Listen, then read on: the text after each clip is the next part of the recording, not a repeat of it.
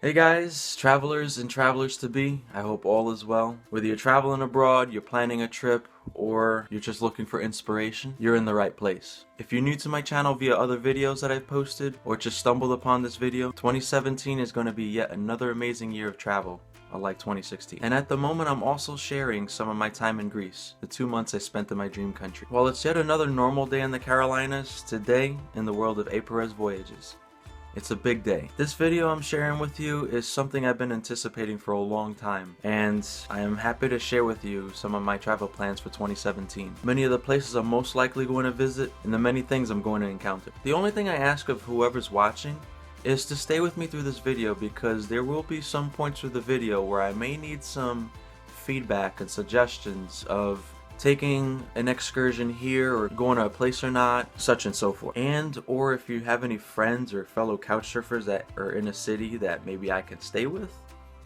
who knows. For those of you who are new to my channel and are just joining me on my grand voyage now, I'll give you a little bit of background. Back February 2016, I left everyday routine, I left my job, I left home for my first extended voyage. It was supposed to be 4 months in Europe, which turned into 6 amazing months, including the 2 incredible months I spent in Greece. In August of 2016, my voyage in Europe did end, and I did come home. Coming home was one of the best decisions I made in my voyage, as it's not only allowed me to reconnect with family, but it's allowed me to reassure that I'm all about life on the road. Yes, because as each day progresses and each day goes on at home, I miss the road more and more. And it's allowed me to reflect on the 6 months in Europe, what I've learned, what to do, what not to do, and how to go about extended travel a lot more comfortably. Since I've been home, I did apply for a New Zealand working holiday visa. That was approved back in September. All I need to do is be there. The reason why I chose New Zealand for the working holiday is because I am 28 years old, and one of the requirements for the visa is to be between the age of 19 and 30. So that gives you an idea of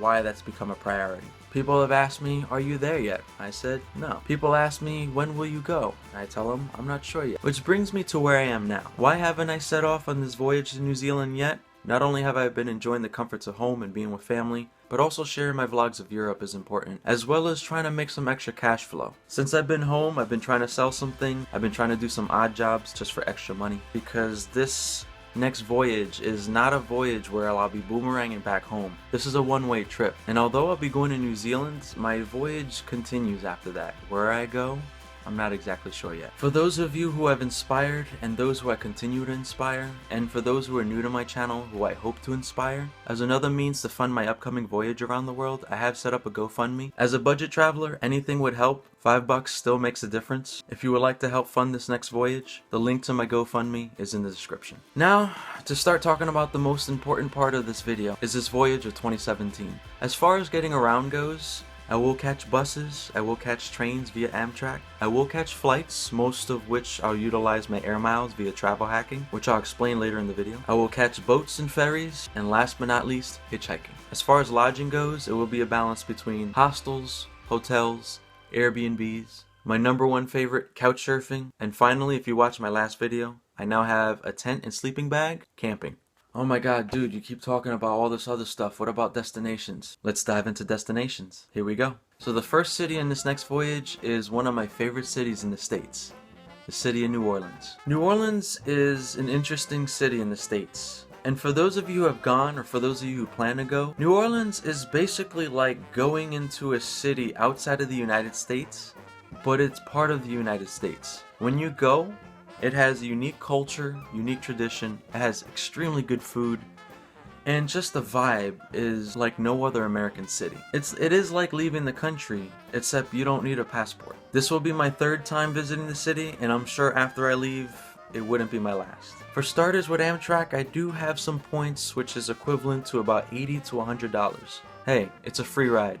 Or rides. From New Orleans, I will fulfill a lifelong dream of mine, and that's traveling across the country via Amtrak. Train travel is without a doubt one of my favorite forms of travel, and there's something about being on the tracks and watching the earth go by. In the United States, the common form of travel is travel by car or by plane, because most people want to get to a destination quickly and just get it over with. For me, I have time, and there's no better way to travel than on the tracks with time. As a traveler, it's kind of weird that I haven't been to Texas. So with that being said, I will stop in 3 cities in Texas. I'll stop in Houston where I have a friend. I've heard many great things about Austin. And because I'm in Texas, why not stop in San Antonio also? I'm not sure how much rural Texas I'll be checking out, but who knows? From San Antonio, I'll continue my Amtrak journey, making a long trip to Los Angeles. Now, I've been to California twice in my life. It was when I was younger, and like most scenarios when you're younger and you travel, you don't really capture things as much, which is why going to California is like going for the first time, and I'm beyond excited. People love California, locals and foreigners alike, and I just know I'm gonna fall in love again. Once I'm done with Los Angeles, I will continue my final segment of train travel via Amtrak up to San Luis Obispo. The reason why I stop here is because this is a good point to hitchhike up the Pacific Coast Highway, a highway I've been wanting to ride up for many years. And now that I'm a hitchhiker, this is the perfect opportunity and perfect way to experience it. I do have a friend in the Silicon Valley area who's willing to take me in, thankfully. You know who you are. With the possibilities of going to Yosemite. Which brings me to San Francisco, another one of my favorite cities in the States. As I said, I've been there when I was younger, but it wasn't enough to fully appreciate it.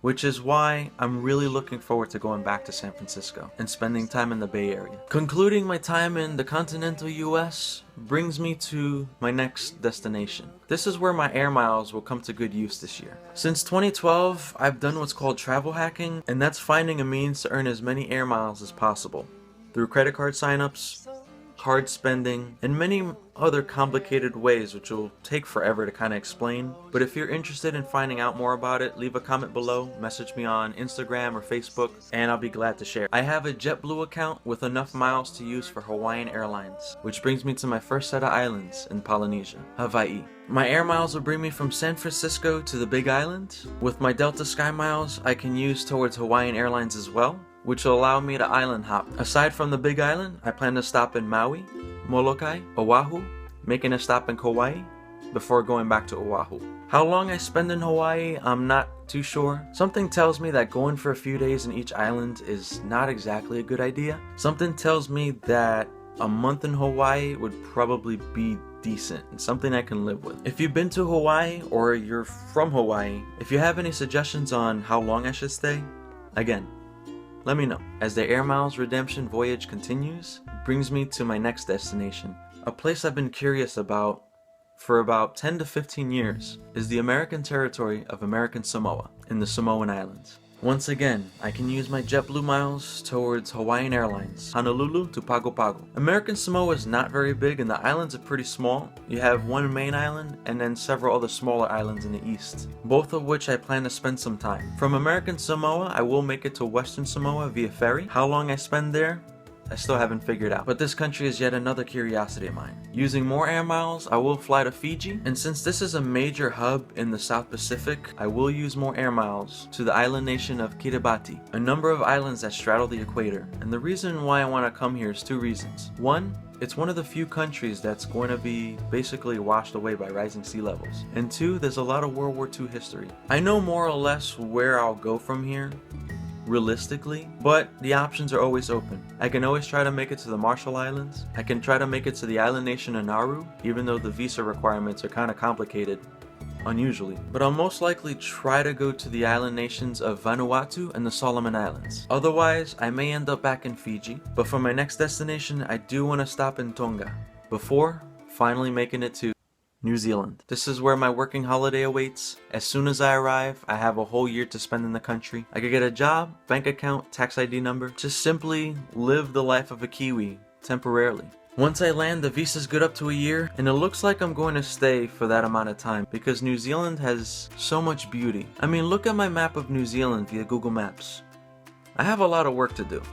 Those are a lot of stars. As far as 2017 goes, that concludes my destinations. Whether it goes exactly that way or not, who knows? A lot can happen in 1 year, and when that year is up, anything can happen as well. As far as time goes, I will have enough time to do a working holiday visa for Australia for up to a year, which is something I highly consider doing, but who knows? I may just do a travel visa in Australia and keep going to Southeast Asia, or I may return home and hit Latin America. The world is big, the possibilities are endless. That's the beauty of travel also. My name is A. Perez Voyages. I don't just go places. I don't just travel. I don't just take trips. I take voyages. From here to New Zealand, I plan to make many stops. This is something I always do when I travel. And this is why I left routine lifestyle so I can do this. This is my version of Wanderlust. This is my version of the travel bug. When I travel, I like to travel with background. I like to travel with meaning. I like to travel with a story. And in the end, I want my trips to be epic, which is why I am who I am. And that's why the term voyages makes sense, because voyages are epic. They're meaningful, they're grand, they're stories. So my travels in 2017 basically reflects that. And that's what I'm all about.